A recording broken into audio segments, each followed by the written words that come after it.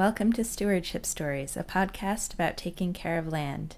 You can learn more at stewardshipstories.com. This is episode 2, an interview with Tony Coyler-Pendas of the Columbia Land Conservancy.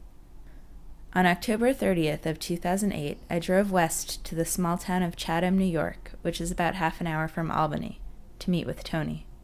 I hadn't met him before that day, but I very much enjoyed getting the chance to talk with him. We met at CLC's offices, which were undergoing construction, so you'll hear some of that. Also, both of us were getting over colds. In Chapter 1, we'll hear Tony talk about his work in land conservation and what it has meant to him. My name is Anthony Coyler-Pendas. Most people call me Tony.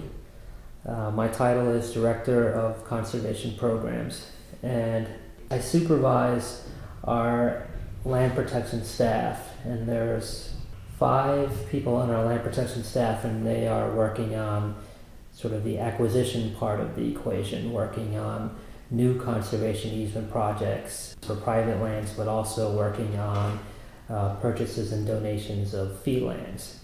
And then we have a whole set of team who manage our public lands, and I supervise those folks as well. We have 3 guys who are actively maintaining our sites throughout the county, putting in new trails, parking areas, but also maintaining our existing sites and all of the miles of trails that we own and manage for public access throughout the county. And then we have another person here in the office who is our coordinator, our public lands coordinator, and she works with our crew and designers and municipalities as we acquire new lands to put in the plans, the management plans for those sites. So I oversee a lot of people, 9 people, and that takes up a lot of my time. I am still somewhat involved in land protection projects, negotiating projects, drafting conservation easements, but trying to do less and less of that as I manage more and more people. In a nutshell, that's what I do. I've been here about 7.5 years, and before I worked here, I worked for the Land Trust Alliance for about 3.5 years. And thinking back, what were your early experiences in nature that led you into this kind of work? I've thought about that a lot. This question comes up in land conservation circles, and people talk about their childhoods, and I think I'm somewhat of an anomaly. I grew up in Miami, Florida, in a very urban setting, and played a lot of stickball and manhunt in streets and alleys. I didn't have a lot of experiences in the natural world. We played in a lot of abandoned housing projects that were half built, and I played in abandoned construction dump sites. I didn't really spend any time in the natural setting, camping or hiking, until I was much older.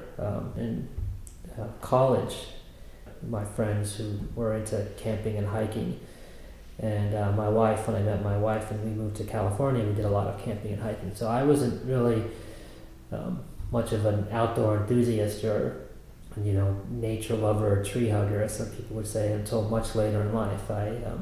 I went to art school, and I've always had a passion for painting, and I think my connection to the natural world just has to do with my love for arts and my surroundings. Pretty direct connection between art and nature.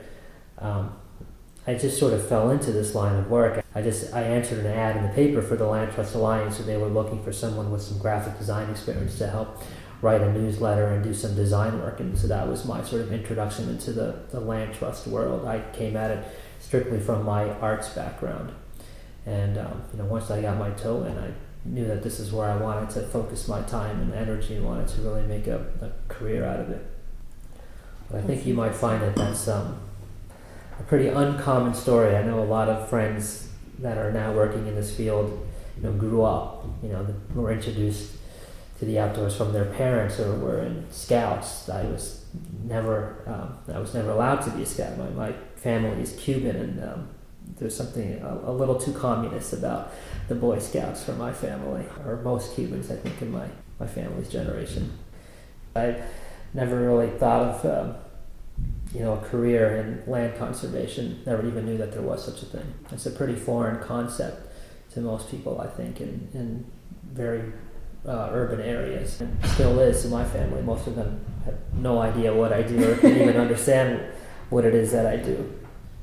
How do you think that working for this organization has changed you?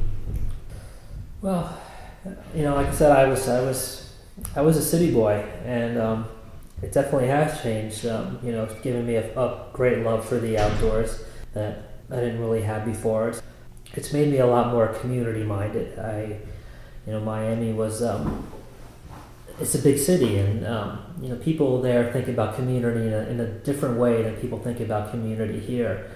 And I think that being in a rural area makes you connected to people in ways that you aren't connected to them in ways when you're living in an urban area. It made me, my wife is expecting and we're having our first child, and it just made me think about, it's definitely turned me into a country mouse as opposed to a city rat. I would say it's had a profound effect on me.